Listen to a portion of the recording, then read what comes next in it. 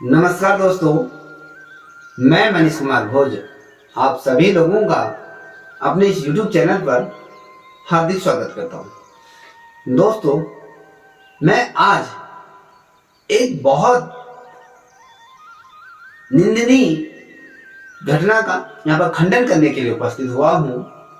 ये निंदनीय जो घटना है, जो हमारे सहायक अध्यापक चयनित अभ्यर्थी हैं, ये घटना उनके साथ घटी है। मुझे समय नहीं मिला इससे पूरा वीडियो बनाने का, तो आज मुझे समय मिला तो मुझे लगा मुझे ये बनाने चाहिए, तो इसलिए मैं ये बना रहा हूँ। तो मैं सरकार से ये निवेदन करूँगा, जितने भी हमारी माता बहनें हैं उनके साथ थोड़ा नरमी से, संयम से उनसे वार्तालाप करें, उन पे बलपूर्वक जबरदस्ती ना करें। कुछ समय पहले ही हमने अंकिता भंडारी के संबंध में एक बड़ा मूवमेंट चलाया कि दोषियों को फांसी दीजिए और महिलाओं की सुरक्षा के लिए कानून बनाइए। तमाम चीज़ों पे हमने बड़े चीज़ें की। साथ ही हमने कैंडल मार्च निकाला, न्यूज़पेपर में डिबेट की और तमाम चीज़ें अपने अपने व्हाट्सएप डीपी में या कहें तमाम सब ने स्टेटस पे उस चीज़ को लगाया। क्या जब किसी महिला के साथ, किसी माता बहन के साथ जब बलात्कार होगा, क्या तभी उसको सुरक्षा प्रोवाइड कराई जाएगी? क्या तभी महिला का सम्मान किया जाएगा जब उस पर घटना घटित होगी? नहीं, इस चीज का खंडन होना चाहिए। चाहे कोई भी महिला हो, बहनें हों, उनके साथ यदि किसी भी प्रकार की गलत हरकतें होती हैं, अमानवीय तरीके से बलपूर्वक कुछ भी किया जाए, तो कम से कम इस पे सरकार को तुरंत एक्शन लेना चाहिए। मैं बात कर रहा हूं जो महिलाओं के साथ जो बदसलूकी का जो आरोप लगा, मैं उस पर बात करना चाहूंगा। मैंने उस वीडियो को प्रत्यक्ष तौर पे देखा था, जहां पर बहुत से अभ्यर्थियों द्वारा बार बार ये कहा जा रहा था कि पुलिस द्वारा इस हमारी जो महिला अभ्यर्थी है उसको बहुत ज्यादा पीटा गया।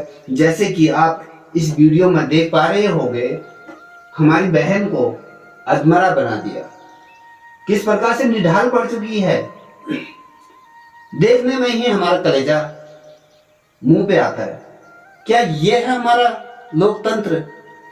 इसी दिन के लिए हमने अपनी सरकार को चुना था कि हमारी जो माता बहनें हैं उनके साथ इस प्रकार से हमारी सरकार करेगी। क्या सरकार से अगर हम अपनी जायज मांगों की बात करें, हम किसी से खैरात तो नहीं मांग रहे हैं। बस इस बहन का कसूर इतना था, जो ये बहन थी एलटी के अंतर्गत इनका चयन हुआ था और ये भी प्रदर्शन में शामिल हुई थी महिलाओं के साथ, और महिलाओं के साथ ही बदसलूकी यहाँ पर किया गया और उन पर आरोप भी लगाया गया।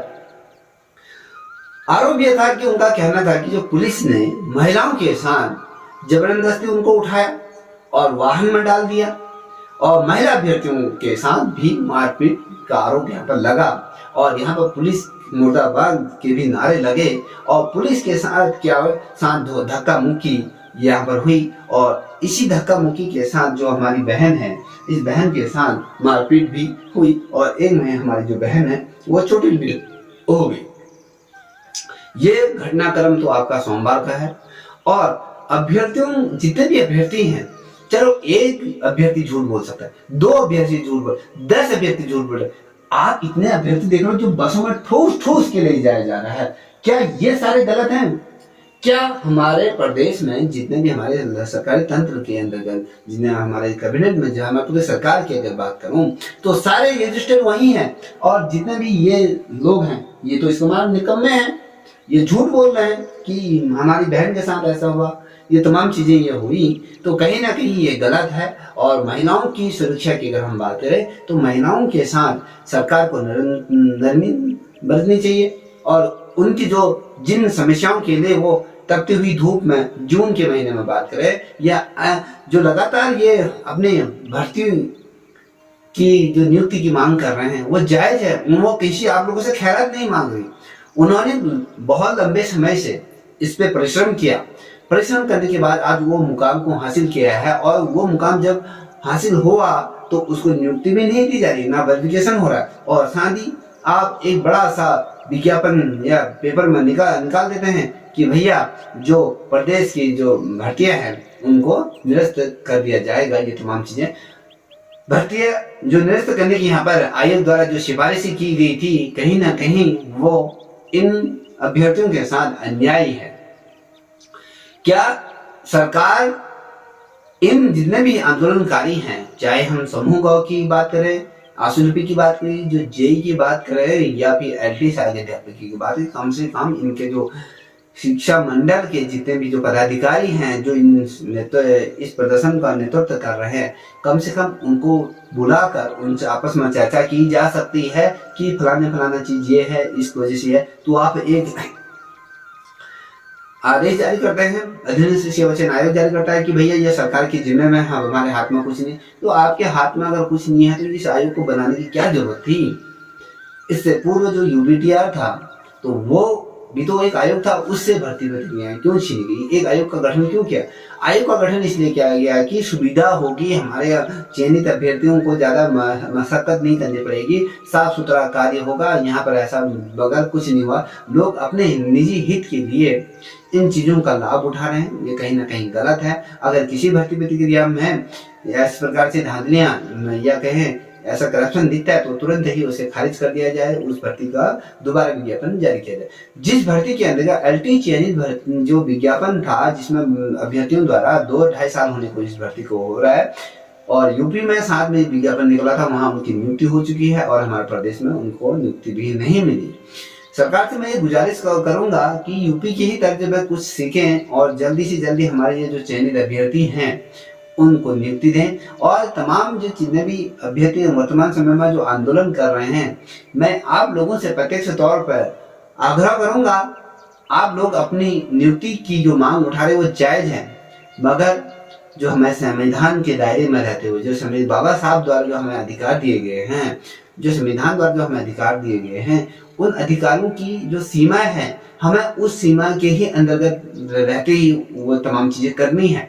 अगर आपने प्रदर्शन करना है तो उसी दायरे में, हर चीजें एक दायरे में हो तो वो अच्छी लगती है। क्योंकि मुझे पता है आप लोग कह रहे होंगे कि हम उस दायरे से बाहर नहीं थे। मैं जिस चीज को समझता हूँ कि आप लोग इस प्रकार से कुछ उपद्रव चीजें नहीं कर रहे थे, आतंक नहीं कर रहे थे, मगर फिर भी एक हो सके जिस प्रकार से आप कर रहे हो तो एक सही तरीके से, या तो मुख्यमंत्री को एक विज्ञापन दिया जाए कि मुख्यमंत्री, या जिस प्रकार से हमारे युवा मुख्यमंत्री कहा जाता है, युवाओं का दर्द तो उन्होंने समझा नहीं, तो युवा कहाँ से हुए? युवाओं का दर्द वही समझता है जो युवाओं की तरह गुजरा हो, युवाओं की तरह ठोकर खाई हो। ठीक है, तो मुख्यमंत्री जी को आप लोगों को एक प्रेस ग्राउंड पर बुलाना चाहिए, आप लोगों के जो सवाल जवाब है उनका वहां पर प्रत्यक्ष तौर से उत्तर देना चाहिए, आप लोगों को जो कार्रवाई सरकार कर रही है उससे रूबरू कराना चाहिए, जिससे कि ये तमाम चीजें आंदोलन करने की कहीं पर कोई जरूरत ना पड़े, ना कहीं पर किसी सड़क मार्ग बाधित हो, लोगों को आने जाने में प्रॉब्लम हो, ये कोई नहीं चाहता है। मैं सरकार से निवेदन करूंगा, विनती करूंगा कि कहीं ना कहीं इन बच्चों का हित करें, अहित ना करें। ये भर्ती प्रतिक्रिया एलटी भर्ती प्रतिक्रिया के लगे किसी भी प्रकार से कहीं पर भी कोई करप्शन अभी तक देखने को नहीं मिला है। यदि करप्शन अगर होता तो आज तक कोई ना कोई बच्चा सामने आता, अपनी बातें रखता, तो ऐसा कुछ नहीं है। तो जब ये जो भर्ती प्रतिक्रिया जब साफ सुथरी है तो इन्हें जल्दी से जल्दी नियुक्ति दे दी जाए। उत्तराखंड का तो एक रिवाज बन चुका है, कोई भी भर्ती प्रतिक्रिया आती है वो कोर्ट पहले पहुंच जाती है, इतना समय कोर्ट में लगता है। तो इस प्रकार से ना हो, सरकार यदि कोर्ट में कोई जाता भी है तो कोर्ट से सरकार उसे जल्दी से जल्दी अपना पक्ष रखे, उस मुद्दे को वहां पर से जल्दी जल्दी सॉर्ट आउट करे, और इस प्रकार से हमारे जो अभ्यर्थी है उनको नियमित रूप से नियुक्त करे। जहाँ पर जो चीजें हैं आप संवाद करें, संवाद के माध्यम से बच्चों को बताएं। ये नहीं कि आप पेपरों में निकाल लें जिससे बच्चे आक्रोशित हो जाते हैं, ये तमाम चीज़ें नहीं। और जो ये प्रकार से जो घटनाक्रम घट रहा है, तो कृपया सरकार से निवेदन है कि इस प्रकार से ना करें और हमारे जो जितने भी अभ्यर्थी हैं उन्हें जल्दी से जल्दी नियुक्ति दे दी जाए, जिससे कि वो भी अपने 2 वक्त की रोटी जुटा सकें और जो उनके जो सपने हैं वो सपनों से अपने जो ऊंचाइयों को जो छूना चाहते हैं वो ऊंचाई को छू सकें और ना ऐसा कार्य ना करें जिससे कि उनके पर कतर दिए जाए। कहते हैं सब्र कब तक किया जाए, सब्र की एक सीमा होती है, सीमा जब पूरी हो जाती है तो सैलाब आने की संभावना बनी।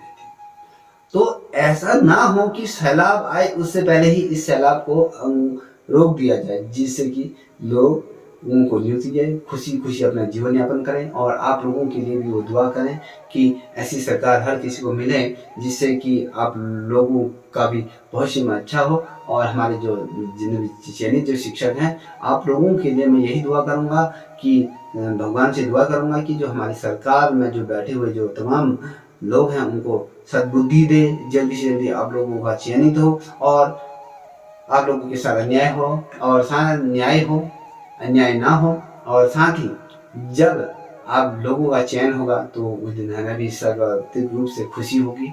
और यही चीज़ कहने के लिए मैं आप लोगों के बीच में आया था।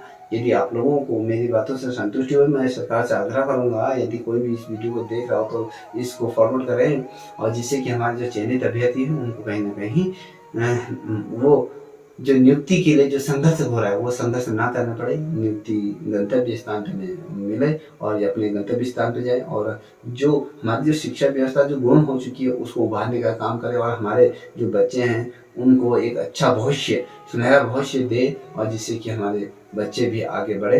इन्हीं शब्दों के साथ जय हिंद, जय भारत, जय उत्तराखंड।